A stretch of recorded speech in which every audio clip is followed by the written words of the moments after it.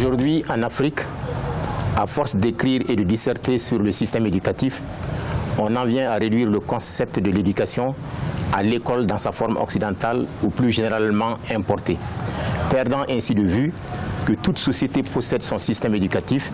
qui façonne l'enfant et contribue soit à son succès, soit à son échec à l'école dite moderne. Les familles, quant à elles, choisissent des stratégies différentes selon le sexe, la place de l'enfant dans la famille,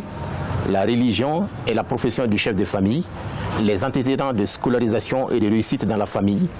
l'histoire familiale, le contexte socio-économique et politique, etc. Il est essentiel toujours de réfléchir à la compréhension de la vocation de cette école par les populations auxquelles sa généralisation est plus souvent imposée qu'expliquée. Je suis arrivé au constat que les défis intérieurs et les contraintes extérieures des systèmes éducatifs en Afrique à bien des égards sont les mêmes. Il s'agit entre autres comme défi de voir comment les systèmes éducatifs en Afrique peuvent participer à l'intercompréhension entre les différentes cultures dans les sociétés africaines.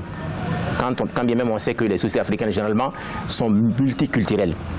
Et ensuite, comment les systèmes éducatifs en Afrique doivent contribuer à résoudre des problèmes cruciaux qui se posent aux populations africaines,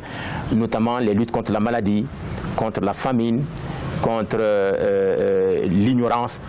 Alors j'ai été souvent confronté à des idées depuis ma toute enfance qui me disaient nous avons été inscrits à l'école, hérité du système colonial, mais qui en fait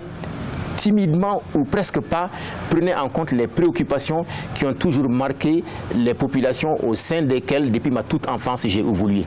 Donc j'ai estimé que en ce moment je me dois de faire en sorte que de par l'expérience que j'ai acquise tant dans ma famille, à l'école que dans la vie, faire en sorte que cette expérience contribue à un meilleur éclairage des populations pour faire en sorte qu'ils travaillent dans le sens de l'avènement d'une véritable école de nos besoins. Le message que j'ai voulu véhiculer, c'est tout simplement que les réflexions doivent être approfondies dans le sens de faire en sorte que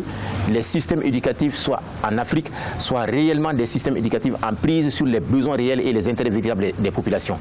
Donc voilà ce qui m'a inspiré et qui a fait que j'ai produit ce livre. Mon prochain livre, je pense que ça va être au début de l'année prochaine, si Dieu le veut, et si ma santé aussi me permet d'aller dans ce sens-là. Et ce livre sera sur la vie d'un homme, un panafricaniste, un homme qui a marqué pendant toute son existence